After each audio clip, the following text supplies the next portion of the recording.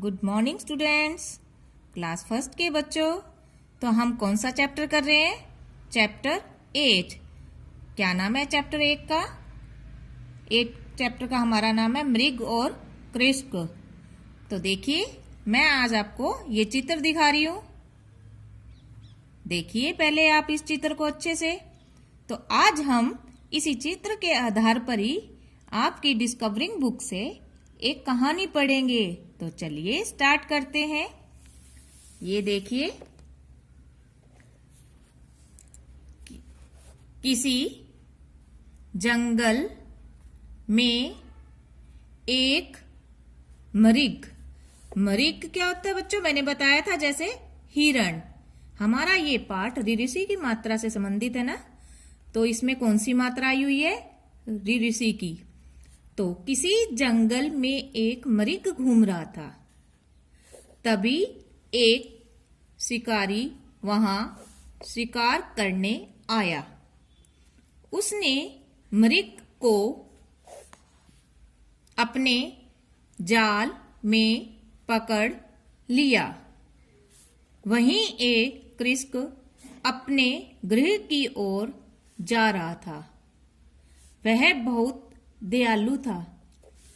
जब उसने मृग को देखा तो उसे दया आ गई। उसे बचाने के लिए वह वृक्ष के पीछे छिप गया। जैसे ही शिकारी पानी पीने गया, कृषक वृक्ष के पीछे से निकला। उसने मृग को जाल से निकाल दिया। मृग ने कृषक को हृदय से धन्यवाद दिया। तो पहले देखिए बच्चों, जैसे मैंने मृग का अर्थ क्या बताया था? हिरण। मृग का अर्थ क्या होता है? हिरण। और यहां देखिए कृषक का क्या होता है? किसान। और गृह क्या होता है? घर। गृह क्या होता है? घर। तो सबसे पहले देखिए, ये देखिए, एक ये क्या है? जंगल। ये क्या है? जंगल। तो जंगल में कौन घूम रहा था? मृग। मृग यानी हिरण। तो तभी वहां एक कौन आया है? शिकारी आया। तो वो शिकार करने के लिए आया था। ठीक है, उसने फिर किसको देख लिया? इस हिरण को। उसने मृग को अपने जाल में पकड़ लिया। ये देखिए, किसने पकड़ा हिरण को? इस शिकारी ने। तो तभी वहां एक कृषक। कृषक क्या होता है? किसान। अपने गृह। गृह क्या होते हैं? घर की ओर जा रहा था। तो ये किसान है जो अपने घर की ओर जा रहा था। तो वह बहुत दयालु था। तो किसान कैसा था बच्चों? दयालु था। जब उसने इस मृग को देखा तो उसे क्या आ गई? दया आ गई थी। तो उसे बचाने के लिए वह वृक्ष के पीछे छिप गया। ये देखिए, यहाँ पर क्या है? वृक्ष। वृक्ष क्या होता है बच्चों? पेड़। ये देखिए, किसान कहाँ छिपा हुआ है? एक पेड़ के पीछे किसान छिपा हुआ है। तो उसने क्या किया? जैसे ही शिकारी पानी पीने गया तो कृषक ने क्या किया? वृक्ष के पीछे से निकला और मृग को जाल से निकाल दिया। तो मृग ने क्या किया? कृषक को हृदय से धन्यवाद किया। अपने दिल से धन्यवाद दिया। तो ये कौन सी कहानी है हमारी? शिकारी और हिरण की। तो ये देखिए, मैं ऊपर कुछ लिख रही हूं बच्चों। सबसे पहले देखिए, इसमें ऋषि की कौन सी मात्राएं आई है? मृग में आई है मैं को। ये देखिए कौन सी मात्रा है? ऋषि की। मृग में क्या होता है?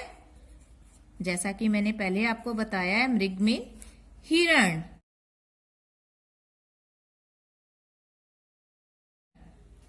तो ये देखिए कृषक। कृषक में क्या होता है? किसान।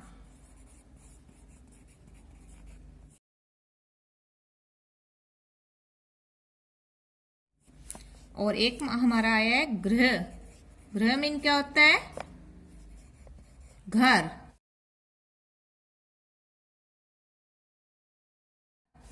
और ये देखिए वृक्ष। वृक्ष में क्या होता है बच्चों? पेड़।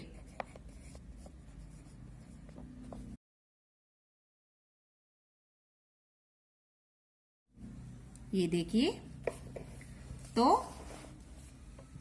क्या था, एक बार फिर से मैं दोहरा रही हूं कहानी आपके लिए। जंगल है ये क्या है, जंगल। तो इसमें एक क्या घूम रहा था, मृग घूम रहा था। मृग यानी हिरण। तो वहां शिकारी शिकार करने के लिए आया, उसने मृग को अपने जाल में पकड़ लिया। और फिर वहां कौन जा रहा था अपने घर की ओर, एक कृषक जा रहा था। तो उसने मृग को देखा तो उसे दया आ गई और उसने क्या किया, मृग को जाल से निकाल दिया। कब निकाला जाल से, जब शिकारी पानी पीने गया तो उसने मृग को जाल से निकाल दिया। तो आपको कैसी लगी बच्चों ये कहानी? ये कहानी आपको अच्छे से पढ़नी है और याद भी करनी है। देखिए, आपको ध्यान भी रखना है इसमें, मतलब कि ऋषि की कौन कौन सी मात्राएं आई है, जैसे मैंने ये लिखवाई है, शब्द अर्थ भी है। आपको ये याद भी होने चाहिए, जैसे मृग क्या होता है, गृह क्या होता है, वृक्ष क्या होता है, कृषक क्या होता है। तो आपका इनको अर्थ भी पता होना चाहिए।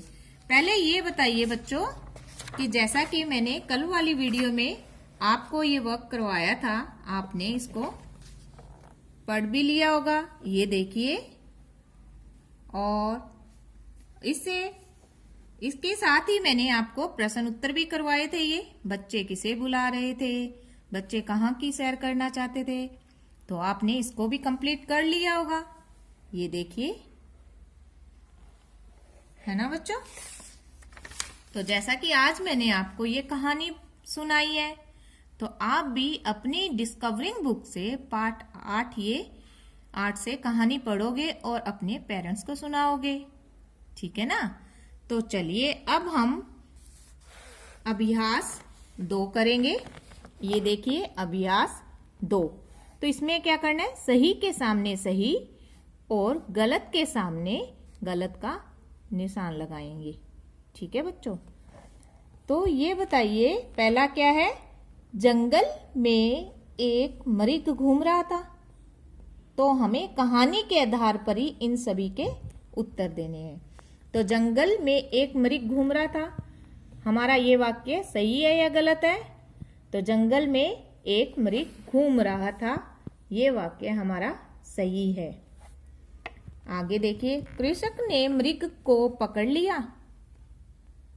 कृषक ने मृग को पकड़ लिया था? नहीं। तो किसने पकड़ा था बच्चों? मृग को किसने पकड़ा था? शिकारी ने। कृषक ने मृग को पकड़ लिया, तो ये वाक्य हमारा गलत है।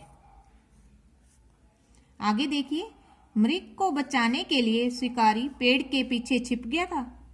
नहीं, मृग को बचाने के लिए शिकारी पेड़ के पीछे नहीं छिपा था, क्योंकि शिकारी ने ही मृग को जाल में पकड़ लिया था। तो ये भी हमारा वाक्य गलत है।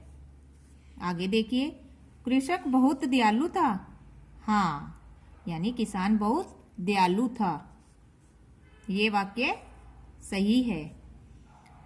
कृषक ने मृग को छुड़ा लिया, यानी किसान ने हिरण को छुड़ा लिया था क्या? आपको पता है ना, अंतिम में क्या हुआ था कि कृषक ने मृग को छुड़ा लिया था। कहानी के आधार पर हम इसे सही कहेंगे, क्योंकि मृग की जान किसने बचाई थी? कृषक ने ही बचाई थी। जंगल में एक मृग घूम रहा था, ये वाक्य हमारा सही है। कृषक ने मृग को पकड़ लिया, नहीं, यह गलत है। मृग को बचाने के लिए शिकारी पेड़ के पीछे छिप गया, नहीं, ये वाक्य भी हमारा गलत है। कृषक बहुत दयालु था। हाँ, कृषक बहुत दयालु था, ये वाक्य सही है। कृषक ने मृग को छुड़ा लिया। हाँ, कृषक ने ही मृग को छुड़ा लिया था। आगे देखिए, वर्णों और मात्राओं को मिलाकर शब्द लिखें। मैं आपको ये बच्चों समझा रही हूं और ये आपके लिए क्या है, होमवर्क है, अपने आप से करेंगे। पहले देखिए क्या करना है, क को ऋषि की मात्रा, फिर छोटी की मात्रा, फिर स, तो क्या बन गया, कृषि। क्या बन गया बच्चों? कृषि। एक मैं आपको लिखकर बता रही हूं, फिर आप अपने आप से सभी कर लीजिएगा। पहले क्या लिया देखिए, क, फिर हम मात्रा लगाएंगे ये, फिर छोटी की मात्रा आई हुई है, ये इसी के साथ ही लगती है ना, तो क्या बन जाएगा ये? कृषि। ठीक है बच्चों। आगे देखिए, स, ऋषि की मात्रा, ज, न, तो क्या बन गया? सृजन। क्या बन गया बच्चों? सृजन। फिर देखिए, क, ऋषि की मात्रा, प को आ की मात्रा, ल को छोटे ऊ की मात्रा, तो ये क्या बनेगा? कृपालु। कृपालु, कृपालु।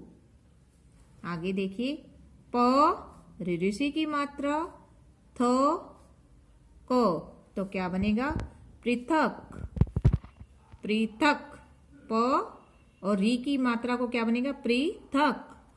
पृथक। आगे देखिए, क ऋषि की मात्रा, प को आ की मात्रा, अण, तो क्या बन गया? कृपाण। कृपाण। कृपाण। कृपाण। आगे देखिए, न को ऋषि की मात्रा, प, तो देखिए नरिप। नरिप। नरिप। क्या बन गया? नरिप। ये देखिए, ये क्या है? कृषि, सृजन, कृपालु, पृथक, कृपाण, नरिप। तो आज हमें क्या करना है? ये होमवर्क में आप सभी करेंगे इसे। ये मैं आपको होमवर्क में दे रही हूं। ठीक है, अच्छी अच्छी हैंडराइटिंग में, साथ में आप मात्राओं का भी ध्यान रखेंगे। और ये आपको मृग और कृषक की कहानी पढ़नी है। ये देखिए कितना अच्छा चित्र है ना, तो आप चित्र द्वारा भी कहानी को आसानी से समझ सकते हो। ओके बच्चों।